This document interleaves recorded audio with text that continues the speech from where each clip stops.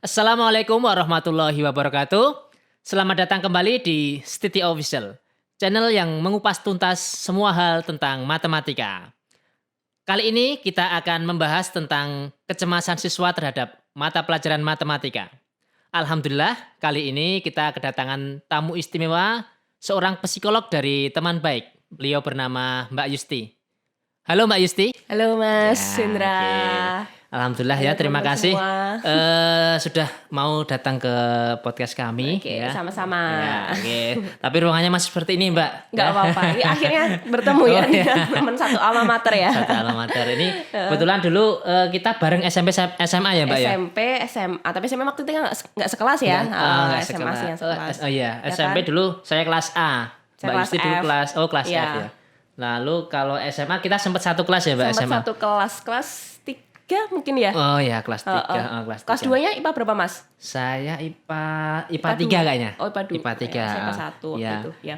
Tapi itu setelah lulus itu Mbak Yusti ambil ini ya, lintas jurusan ya. Jadi Ambil lintas jurusan. Iya, betul. oke, lintas jurusan. Jadi Mbak Yusti ini seorang psikolog ya. Jadi beliau sibuk di mana, Mbak? Sekarang Jadi saya kerjanya? sekarang di Puskesmas Kota Yogyakarta, di Puskesmas Mantri Ceron, sama sekarang saya psikolog di Teman Baik. Oh, gitu. jadi ada beberapa instansi ya, Mbak Yusti nggak cuma di salah satu puskesmas saja. Enggak, Muter cuma gitu. satu puskesmas Oh, aja, satu puskesmas aja. itu aja di situ. Terus juga ini sih berkegiatan sama teman-teman di Teman Baik gitu. Mungkin bisa iya. di follow Oke. Instagramnya.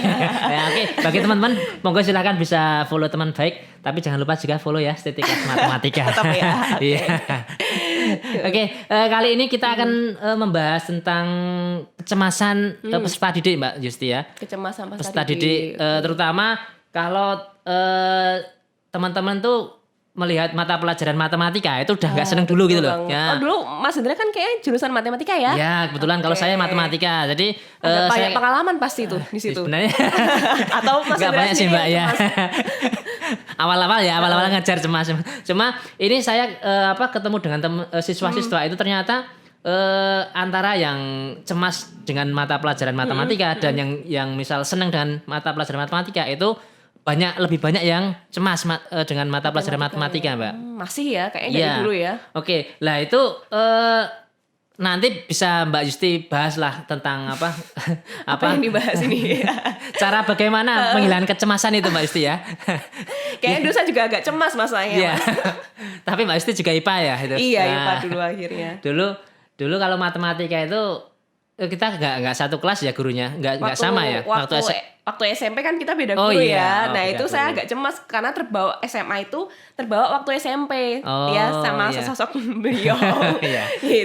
Kalau SMA-nya lebih fleksibel ya. Lebih fleksibel dan Lebih sebenarnya fleksibel. lebih enjoy sebenarnya waktu SMA itu, Mas. Apalagi waktu mulai masuk kelas 2, kelas 3 udah tahu seluk-beluknya cara mungkin ngotak-ngatik rumus gitu ya. Oh, iya. Karena ada lebih sulit daripada matematika sebenarnya. Jadi saya merasa matematika masih bisa dipahami. Nah, udah mulai nih agak ngerasa tenang kayak gitu. Berarti dulu Mbak Yusti juga pernah mengalami kecemasan ya? Pernah Dengan matematika. Pernah. Oke. Padahal ambilnya IPA ya. Oh iya, Pak. Ambilnya IPA, setelah itu Mbak Yusti lulus itu ambil lintas jurusan gitu ya, Iya, IPS. IPS. Oh, Karena kan di Jogja belum ada yang IPA ya, psikologi, kecuali di universitas di Unpad. Oh, berarti kalau di Jogja baru di UGM aja itu ya? Enggak.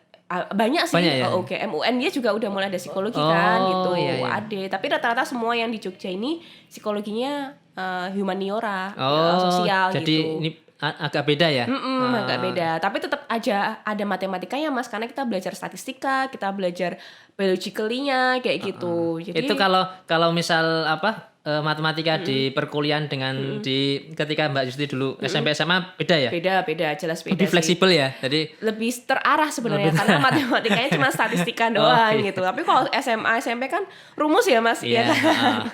Gitu, hitung cepat. Aduh, hitung cepat gimana, mending aku golek rumus gitu. kalau dulu Mbak Yusti yang dirasa cemas tentang apa kalau matematika dulu? Lebih ke ini sih. Jadi saya jadi agak menggelas balik waktu SD nggak sebenarnya apa-apa, ya. review, Waktu Mbak, SD ya. itu tuh kan ada pelajaran mencongak ya, Mas ya. Oh, iya. Nah, itu mungkin biasanya tuh kalau mencongak kan membuat pressure, tekanan sendiri kan bagi anak-anak. Aduh mencongak dah gitu. Itu satu. Mana waktu itu saya ngitungnya belum lancar gitu kan. Waktu SD 9 tambah 9 berapa. Itu kan pakai ini padahal mencongak kan harus cepet tuh. Udah hasilnya dapet jelek lah itu. Dapet berapa saya lupa apa jelek. Nah dari situ tuh kayak ngerasa lah kok nilaiku jelek banget, terus punya pikiran wah aku nggak oke nih di matematika. Nah mulai situ itu udah mulai tuh ada pengalaman negatif ya. Terus ditambah mungkin gurunya juga agak sedikit membuat saya takut atau mungkin metodenya dan mungkin dari caranya caranya ngitungnya saya sendiri saya juga belum tahu nih kayak gimana seluk-beluknya. Terus akhirnya terbawa sampai ke SMP sampai ke kelas-kelas tingkat lanjut terus aduh matematika kayak gitu loh Mas gitu. Iya ya. Jadi sebenarnya kalau pengalaman dulu sih ini ya terbawa oleh siapa yang ini ya yang mentransfer ilmunya gitu ya. Siapa yang mentransfer ilmu, gimana kita mempersepsikannya itu gitu. Mungkin Mas Hendra waktu ada anak didiknya ada yang cemas juga nggak? Iya, padahal itu saya bawaan ngajarnya juga enjoy sih sebenarnya. Jadi nggak terlalu kaku gitu loh. Bagimu enjoy ya? Iya, ya mungkin bagi siswanya masih serem gitu ya. Padahal muka saya juga kayak gini aja, terlalu serem. Tak bikin se-enjoy mungkin tetap siswa-siswa itu kurang minatnya kurang sih tentang matematika. Atau mungkin kebetulan kelas itu ya yang saya ajari kurang ini. Tapi saya kalau saya kalkulasi kebetulan kan setelah ngajar di sekolah itu kan saya ngajar di sekolah 2 tahun. Setelah itu saya masuk di bimbingan belajar juga. Bimbel, Ternyata itu setelah saya lihat keseluruhan kebanyakan siswa itu juga kelemahannya di matematika sih. Oh gitu. Memang sampai sekarang bahkan sampai sekarang. Nilainya jelek-jelek gitu atau gimana Mas?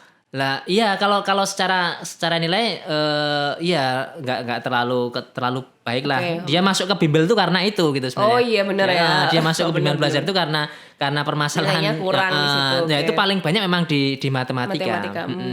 Lah itu ternyata kalau saya dari sudut pandang ini ya, sudut pandang pendidikan pengajaran itu ternyata doktrin seorang siswa itu tentang matematika masih membuat killer lah gitu lah, mata pelajaran yang killer gitu loh. Jadi doktrin ya. Doktrinnya seperti itu. Lah itu sebisa mungkin kita harus bisa menghilangkan itu Mbak Yusti ya. Betul. Lah salah satu cara saya biasanya ketika pengajaran itu ya saya bawa sebisa mungkin tetap enjoy, saya kenali karakter siswanya seperti apa, saya arahkan. Misal dia senangnya ini ya, saya arah ke sana dulu. Gimana caranya biar anak didik itu enjoy senang dulu ya, matematikanya ya, betul ya. Itu tantangan banget ya sebenarnya. Tapi akhir-akhir ini udah agak lumayan sih. Kalau dulu kan tadi persepsi orang pintar matematika itu pasti akademisnya bagus itu loh. Kan dokternya seperti itu. Padahal nggak. Kalau sekarang sih, dari pemerintah sudah kurikulumnya juga sekarang sudah kurikulum Merdeka Belajar ya. Jadi nggak harus siswa itu memang pintar di bidang itu saja. Nanti siswa itu kalau misal siswa itu kemampuannya di bidang ini ya sebisa mungkin diasah keterampilannya itu. Oh, bagus ya itu ya, nggak kayak kita sekarang dulu ya. Udah lumayan sih. Tapi nih bener. saya terjun di bimbingan belajar kemarin itu ternyata masih banyak ini sih, masih banyak banyak doktrin ya, masih banyak sekali itu. ya. Iya. Nah nanti mungkin Mbak Yusti bisa nanti bisa sharing atau bisa nanti memberikan tanggapannya kalau secara ilmu psikologi seperti apa. Iya. Oke. Jadi kayak rasa cemas sama matematika. Mungkin lebih sebelum kita bahas ke rasa cemas matematika ya. Ini sih Mas, cemas sendiri itu apa? Kan sebenarnya cemas itu kan kita semua pernah mengalami ya. Iya, secara teorinya ya, teori psikologinya gitu. Sama teori psikologi, sama secara pengalaman. Kalau misalnya Mas Hendra dulu waktu mau ujian UAN gitu, pasti ada tekanan sendiri ya. Iya pasti. Cemas itu kan kondisi manusiawi ya, jadi kondisi fisik. Ada tekanan gitu kan. Ini gini, stimulus kalau misalnya kita ngelihat ada ujian sendiri kan sebenarnya netral ya stimulus ya. Cuman karena kita menganggap ujian itu hal yang membuat mempengaruhi masa depan kita, terus nanti ngefek ke nilai kita, ngefek ke masa depan kita, itu kan akhirnya kita jadi punya harapan lebih nih, oh aku pengen lulus, aku pengen nilainya baik gitu kan. Tapi kalau misalnya nggak dapet nilai yang baik atau misalnya nggak lulus, akhirnya kan menimbulkan tekanan tersendiri gitu loh. Sama cemas tuh seperti itu kalau konsepnya. Jadi ada kita mempersepsikan sesuatu, ujian itu, terus kita menganggap itu sebagai suatu tekanan. Tapi sebelum masuk ke cemas itu kan stres dulu. Ada stres yang baik gitu kan, ada stres yang baik sama stres, eustress sama distress. Nanti mungkin bisa dicari bisa banyak. Eustress tuh singkat ceritanya adalah tekanan membuat kita lebih bersemangat. Misalnya nih mau ujian atau mungkin Mas Indra mau presentasi waktu kuliah dulu, kan rasanya semangat ya, mempersiapkan ABCD gitu kan, ada tekanan, mungkin agak sedikit mules perutnya gitu, nggak apa-apa, tapi biasanya akan hilang sendirinya kalau itunya udah hilang. Tapi akhirnya kalau itu nggak hilang-hilang, itu akhirnya jadi kecemasan. Itu tadi yang Mas Indra bahas, kayak misalnya kalau ketemu sama hal yang membuat dia stres gitu, membuat dia ngerasa aduh gitu lagi loh, udah kayak ngerasa berat banget baca ininya aja, tulisannya matematika. Atau mungkin biasanya kok waktu sekolah kan kita ini ya ngelihat jadwal nggak sih, Senin, Selasa, Rabu tuh jadwal pelajarannya apa aja ya. Senin matematika gitu ya. dari minggu terus aduh matematika jam pertama pula gitu kan. Terus ngerjain PR minjem temennya. Kayak gitu ya. Itu persis dengan yang saya alami tuh, Mbak. Jangan-jangan dulu kita minjem-minjeman nih ya. Iya dulu SMA, Mbak. Iya, waktu kelas. Nah, itu aja kita udah ngerasa udah membuat kita ada pressure sendiri, kayak ngerasa menganggap itu bukan hal yang menarik, nggak fun. Seperti beda kalau misalnya ada pelajaran olahraga, misalnya kalau ada yang suka olahraga gitu kan, dia gerak gitu kan. Nah itu sendiri pun membuat terbawa dari pengalaman masa lalu. Kayak tadi yang saya cerita itu, saya mungkin awal cemas matematika karena waktu SD ada pelajaran mencongak, saya nggak dapet nilai yang baik waktu itu. Padahal sebenarnya nggak ada yang melarang dapat nilai jelek kan, gitu kan. Tapi saya menganggap itu bahwa kalau saya dapat nilai jelek, saya bodoh, seperti itu. Akhirnya itu kebawa sampai saya SMP gitu. Baru bisa mulai berdamai dengan matematika ketika SMA waktu itu. Karena udah tahu cara mengantisipasinya. Kebetulan juga dapat guru yang enjoy lah waktu itu ya. Guru-guru kita agak enak buat diajak diskusi. Terus kalau misalnya saya nggak paham, saya tanya, beliau-beliau itu sangat welcome untuk menjelaskan gitu. Jadi saya ngerasa diterima kalau saya nggak paham waktu itu. Terus udah dijelaskan, oh baru paham, dan akhirnya keterusan. Oh ya enak juga ya ternyata matematika kayak gitu, Mas. Oke Mbak Yusti, lanjut ya tentang kecemasan. Jadi anak-anak yang cemas itu secara psikologi saya belum tahu nih ciri-cirinya seperti apa, ciri-ciri tanda-tandanya kok cemas gitu ya. Kalau cemas seperti apa? Betul. Mungkin bisa. Tadi kan saya mengatakan di awal cemas itu kan ada reaksi fisik gitu kan. Jadi kita itu dipengaruhi sama 3 hal, Mas, gitu kan. Kita kan ngelihat tubuh kita tuh sebagai sesuatu yang holistik gitu loh. Dari kita dipengaruhi oleh kognitif, maksudnya pikiran kita gitu kan, terus perasaan kita, afeksi namanya, baru ke fisik atau perilaku gitu. Biasanya nih tanda-tandanya itu yang paling kerasa ada keluhan di sistem metabolisme, entah itu perutnya mules gitu kan, asam lambungnya naik gitu kan, atau mungkin keringet dingin, jantungnya berdebar-debar. Jadi mungkin paling kerasa tuh fisik. Kadang kan kita nggak bisa ngerasain ya perasaan kuning, entah cemas, entah takut, entah jengkel atau apa. Tapi yang paling bisa kerasa tuh di fisik gitu. Nah biasanya nih tadi ya anak atau mungkin yang sedang kita kok misalnya ngerasa cemas pada matematika gitu kan, karena ini konteksnya matematika gitu, kita denger matematika atau orang ngomongin matematika aja tuh udah ada nggak enak gitu. Entah itu mungkin jadi kita tangannya nggak gemeteran entah gemeter atau mungkin ini loh kayak pegang-pegang gini kayak cemas gitu kan, jadi keluar keringatnya gitu ya. Keringatnya cemas gitu kan, nggak tenang gini-gini. Terus misalnya mungkin perutnya mules kayak gitu. Apalagi kalau itu tadi misalnya hari Senin jam pertama matematika belum ngerjain PR karena belum ngerti atau mau ujian, wah itu udah akhirnya parahnya tuh membuat memori kita jadi lupa. Nah setelah ngaruh ke fisik, terus jadi mudah blank. Itu tadi ya Mas, tadi kalau misalnya di anak didiknya Mas Hendra itu mungkin nilai-nilai nggak baik karena dia mungkin nggak ngapalin, nggak memahami matematika secara keseluruhan itu sendiri itu seperti apa. Jadinya ketika udah cemas duluan tuh udah membuat cemas di sininya udah nggak karuan, panik ya, keringet dingin gitu. Kita udah sibuk dengan reaksi tubuh kita, akhirnya ini lost gitu, blank gitu. Aduh itu gimana ya? Padahal kayaknya udah sering, udah tahu rumusnya kayak gitu. Nah, biasanya hal seperti itu sih yang dialami sama teman-teman atau anak-anak atau mungkin saya sendiri dulu waktu sekolah ketika mempelajari atau mungkin berhadapan dengan matematika kayak gitu. Jadi seperti ada gangguan gitu ya. Gangguan, misalnya gangguan sebenarnya belum sampai gangguan sih, karena kan kita mau mendefinisikan itu sebagai gangguan itu harus melalui asesmen lebih lanjut. Kayak misalnya gini deh Mas, misalnya Mas bersin gitu kan, belum tentu kan itu COVID ya kan. Betul. Mungkin karena emang alergi, ya mungkin karena emang flu atau demam atau apapun atau masuk angin ternyata kayak gitu. Makanya harus ke dokter dulu, periksa, dicek lab dan lain sebagainya. Oh ini masuk kategori flu ringan, oh masuk kategori COVID misalnya waktu itu ya. Nah sama nih gejalanya, tanda-tandanya orang cemas tuh tadi kayak mungkin kok aku setiap ketemu matematika kayak gini, terus misalnya aku jadi mudah lupa kayak gitu kan, terus mungkin jadi mudah uring-uringan, apa ya bahasa uring-uringan tuh moodnya mudah marah gitu ya, mudah marah, jadi sensitif gitu loh Mas ya. Kalau misalnya anak perempuan gitu ya mudah sensitif kayak gitu, biasanya akan lebih terasa kalau di perempuan. Kalau laki-laki nggak tahu nih cemasnya kayak gimana gitu kan. Mungkin nanti bisa share juga sih Mas kalau di anak didiknya laki-laki kelihatan nggak kok cemasnya gitu kan. Terus habis itu belum tentu dia masuk gangguan, karena gangguan itu sendiri harus diperiksakan kan ke entah itu psikolog atau ke psikiater seperti itu. Tapi juga secara DSM, jadi di panduan itu panduan psikiatriknya itu cemas itu bisa masuk gangguan kecemasan itu memang ada gitu kan. Tapi untuk dia masuk ke gangguan kecemasan matematika apa enggak, atau mungkin cuma gangguan kecemasan apa enggak, kita harus periksa lebih lanjut. Ada tahap-tahapannya ya kan.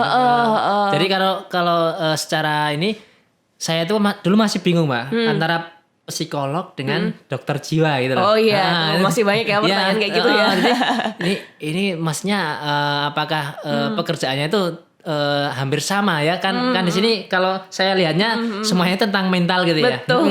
Itu betul. Kalau menurut Mbak Yusti gimana itu? Memang ranah areanya tuh mirip ya kami ya. Jadi teman-teman di psikiater sama teman-teman psikolog. Jadi kalau kami sebenarnya gini, dari psikiater itu kan dokter. Jadi dia dokter umum terus baru ngambil spesialis psikiater gitu kan, seperti itu. Dan mereka kan namanya dokter ini punya hak untuk memberikan obat gitu. Jadi biasanya kalau sudah mengarah ke hormon, ke otak gitu. Jadi kan cemas itu kan nggak cuma masalah satu aspek aja. Kadang mungkin ada faktor keturunan, atau mungkin karena hormonnya kenapa, atau ada faktor di biologisnya. Baru nanti saya rujuk ke teman-teman psikiater gitu. Baru nanti terapinya secara sosial, secara kepribadian atau secara apa itu baru dari kami, dari si teman-teman di psikolog, seperti itu sih Mas gitu. Ya hampir mirip bener, makanya teman-teman semuanya pada suka masih bingung ya. Gitu.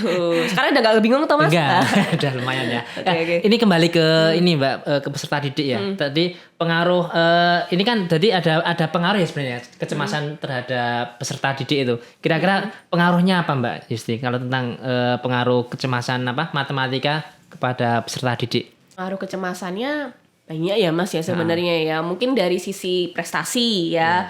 Dari sisi prestasi sebenarnya mungkin dia orangnya pintar, tapi karena ada doktrin itu tadi, pokoknya kalau kamu matematika nggak dapet 10 aja gitu kan, nanti udah dicap macam-macam, entah itu dari orang tua atau dari dirinya sendiri, menganggap itu sebagai suatu aku gagal gitu. Padahal sebenarnya dia bisa nih di hal yang lain, atau sebenarnya dia ternyata bisa loh mempelajari matematika. Karena waktu contohnya saya ngerasa kok matematika tuh kayaknya UAN aja tuh paling jelek saya matematika Mas waktu UAN itu. SMP atau SMP kan? SMP ya. Bukan paling jelek sih, paling rendah di antara yang lain-lain gitu kan. Terus baru SMA saya baru tahu konsepnya.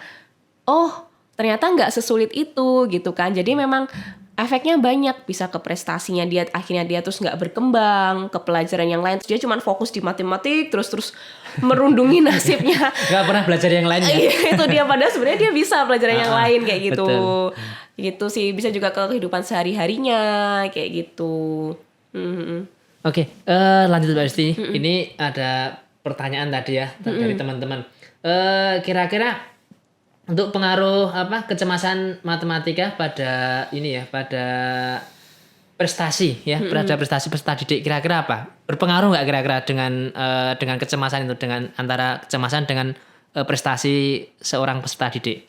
Iya tadi seperti yang saya sudah sampaikan sih Mas, pengaruhnya banyak. Misalnya dia kayak jadi terus mungkin malas sekolah, Oh ya bisa. Terus mungkin akhirnya menyendiri, wah aku ngerasa nggak oke, teman-temanku nilainya bagus-bagus semua, kayak gitu kan. Aku jelek sendiri, terus dia nggak mau berteman lagi karena dia merasa nggak selevel, misalnya kayak gitu. iya. Mungkin juga dia akhirnya jadi pendiam, gitu kan.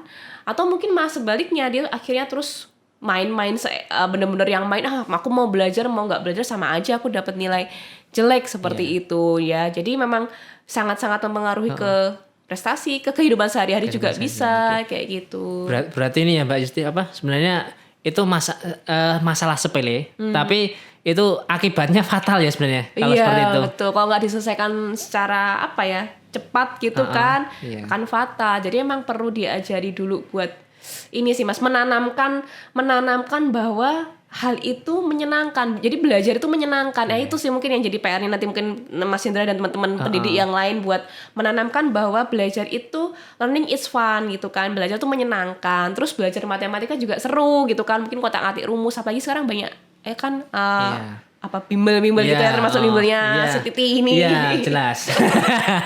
gitu. Jadi intinya gini ya Mbak Yusti, secara ini memang yang harus kita gali itu memang harus kita ngarahnya anak itu dibikin senang dulu gitu ya. Betul. Anak dibikin senang jadi dulu. belajar mencintai tanpa paksaan. Gitu. Ya. Apa tuh Mas? Apa?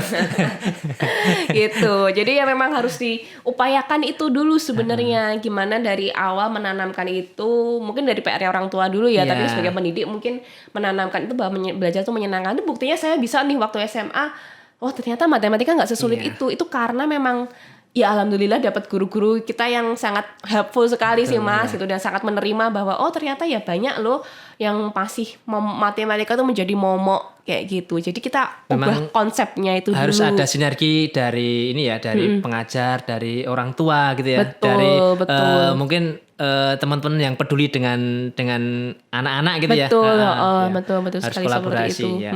Harapannya nanti bisa anak-anak itu bisa lebih berkembang gitu ya Mbak Yusti ya. Ya. Oke, ini mungkin pertanyaan yang berikutnya Mbak Yusti ini. Pengaruh kecemasan matematika pada kehidupan sehari-hari. Tadi sudah ya? Udah. Oke, berarti tinggal yang terakhir ya, pertanyaan terakhir ini. Kira-kira upaya apa untuk mengatasi kecemasan matematika itu Mbak Yusti? Upayanya banyak ya Mas ya. Dari pertama mungkin orang tua, terus pendidik, guru gitu kan, sistemnya sendiri, sama kitanya sebagai murid itu mau seperti apa gitu kan, melihat si matematika ini sebagai momok, sebagai sesuatu yang memang menantang untuk kita pelajari, kan tinggal kita ngelihat bagaimana persepsinya. Jadi kecemasan itu kan bisa muncul karena persepsi kita ya, apa punya pikiran negatif akan matematika itu, makanya kita ngubah si konsep itu dulu. Nah, untuk mengubah konsep itu kan kita juga butuh bantuan ya dari Bapak Ibu guru gitu kan, seperti Mas Hendra seperti ini gitu. Terus gimana caranya buat mengubah konsep itu, matematika itu menyenangkan, matematika itu fun seperti itu ya. Itu dulu mungkin yang perlu dibenahi di konsep itu dulu. Terus yang kedua mungkin matematika kita perlu sadar juga sih bahwa beda kan matematika sama kayak ilmu sosial itu kan beda cara belajarnya. Kalau matematika tuh kan memang harus latihan gitu kan, latihan terus gitu kan. Konsepnya sama tapi kadang beda soal, cuman ditambah apa dikurangin apa udah bingung semua. Nah kadang tuh yang bikin panik itu mungkin karena emang juga kurang latihan. Makanya harus disadari bahwa pelajaran eksak terutama itu memang perlu banyak latihan. Pahami konsep latihan kayak gitu kan. Maksudnya mau sampai seberapa gitu, jangan males gitu kan, terus mungkin kurangin main HP gitu kan. Kadang baru 1 soal 2 soal udah panas ini otaknya, terus main HP terus lupa lagi. Nah ini memang harus konsisten dibentuk, ada niatan diri seperti itu dulu. Terus habis itu dari sistem sendiri Mas, tadi kayak misalnya mungkin nggak melulu kok seorang yang pinter matematika itu dia mungkin punya IQ yang, atau mungkin nggak usah IQ deh, kita ngomongin punya nanti masa depannya oke, prestasinya oke, kan belum tentu. Maksudnya banyak juga loh orang-orang mungkin yang nggak terlalu paham, nggak terlalu menguasai lah dalam bidang matematika, akademis ya. Dalam akademis, tapi dia pinter loh dalam bidang yang lainnya seperti itu, di masalah desain, masalah olahraga, masalah ilmu-ilmu yang lain atau mungkin di luar ilmu akademik seperti itu. Jadi tentukan dulu target tujuannya mau seperti apa gitu kan. Bahasanya apa ya? Masa depan, cita-cita seperti apa. Nah, mungkin nanti perlu ada ini sih Mas, kayak mungkin kalau yang dari ibu bapak guru dibimbing itu anak-anak muridnya mau step per stepnya seperti apa, atau misalnya pengen nih matematika, aku pengen bisa matematika, tapi bisa matematika itu kan masih terlalu abstrak ya, terlalu misalnya maksudnya mau bisa matematika dengan nilai 10. Nah, itu misalnya mungkin targetnya itu, atau mungkin sekedar bisa matematika kan berarti yang penting kamu paham konsep, bisa ngerjain, itu namanya bisa. Tapi kan kita nggak ngomongin hasil di akhir gitu kan. Nah, makanya itu juga perlu ditentukan dulu target awal seperti apa. Mungkin kalau yang tadinya masih cemas, masih bingung, targetnya jangan tinggi-tinggi lah. Misalnya tadi yang nilainya 6, oh bisa 6,5 atau 7, misalnya kayak gitu. Itu aja diapresiasi dulu, jadi targetnya jelas kayak gitu. Terus mungkin dari orang tua ya terutama perlu dilihat lagi sih putra-putrinya, dia ada bakat apa sih, atau emang dia sebenarnya memang kurang latihan atau kurang apa, seperti itu. Gitu, jadi memang harus holistik Mas untuk mengupayakan itu semua gitu. Berarti intinya gini ya Mbak Yusti. Memang di sini yang paling berperanan jauh itu sinergitas dari orang tua, dari bapak ibu guru gitu ya. Iya, dan betul. tentunya dari peserta didik sendiri gitu ya. Iya, dari Jadi diri kita sendiri. memang dari awal itu sebagai orang tua kita harus jangan menjas kita harus pintar di bidang akademis tuh, enggak ya. Jadi memang seorang anak itu kita lihat bakatnya. Kalau memang dia bukan di bidang akademis, silahkan disalurkan di bidang yang lain gitu ya. Betul. Maksudnya ya memang dilihat, dibuka mata, mungkin ini dieksplor lagi ya, masih ada eksplor lagi, digali lagi, ini apa sih, mungkin dia kesenangannya di mana, atau memang mungkin karena kurang latihan aja, kurang diseriusin juga. Nyatanya banyak yang bisa, ada banyak juga yang akhirnya suka sama matematika. Saya sendiri akhirnya juga terus seneng gitu waktu Dari itu yang belajarnya. awalnya nggak seneng gitu ya. Meskipun ya nilai saya nggak yang langsung 10, nggak juga. Jadi ya memang, tapi mulai ada peningkatan waktu itu Mas. Oh gini ya ngerasanya ya. Masih ingat mungkin waktu jam ke-6 kita dulu jam ke-0. Jam 6 pagi datang itu belajar matematika kan waktu itu sama pupur ya Mas ya. Iya betul. Itu rasanya seneng di situ saya, karena saya paham gitu, terus pengen ngerjain soalnya, meskipun ya hasilnya kadang waktu UAN akhirnya nggak yang paling tinggi, nggak, tapi oke lah gitu lah, sesuai masuk. dengan target gitu ya. Ya betul, sesuai dengan target itu tadi. Berarti kalau dari Mbak Yusti tadi, yang pertama memang sinergitas orang tua, yang kedua tadi target kita kita ya, lalu merubah konsep. yang ketiga merubah konsep ya. Konsep itu yang paling penting sebenarnya ya. Betul Karena sendiri. konsep orang-orang dulu itu kan matematika itu susah gitu ya. Susah, Jadi itu terbawa sampai anak-anak zaman sekarang. Iya betul. Itu juga sebenarnya PR kita sih ya. PR kita sebagai mungkin kalau Mbak Yusti di bidang psikologi gitu, itu nanti jadi PR. Kalau bidang saya mungkin nanti karena bidang pengajaran, berarti nanti sebisa mungkin saya harus ngubah mindset anak-anak gitu ya, dibawa ke yang penting seneng dulu gitu ya. Betul, ya, dibikin happy dulu seperti itu. Oke, terima kasih Mbak Yusti atas Sama-sama, Mas Indra. kedatangannya. Terima kasih banyak atas masukan dan bimbingan gitu ya. Oke, ini saya kelihatan masih nol nih seperti ini. Ya. Oke, nanti bisa kita lanjut di konten-konten berikutnya Mbak Yusti. Mungkin siap, nanti bisa saya diundang di podcastnya Mbak Yusti ya. Oke, nanti bawa timnya juga ya. Boleh ya, wajib ini. Oke, teman-teman, terima kasih atas atensinya. Semoga bisa membawa kebaikan ya, dan barokah untuk teman-teman, terutama siswa di seluruh Indonesia Raya ya. Ya betul sekali. Targetnya harus jelas ya. Oh iya dong. Kita harus go nasional dan go internasional. Amin ini ya. Amin. Ya, terima kasih teman-teman yang telah menonton video ini ya. Semoga video ini bisa membawa manfaat dan barokah untuk teman-teman semuanya, bisa memberikan kebaikan ya. Jangan lupa selalu like, subscribe dan komen ya. dan tentunya bisa di-share ke teman-teman yang lainnya ya. Oke, dari saya ucapkan sekian. Saya Hendra, Stiti Official. Assalamualaikum warahmatullahi wabarakatuh.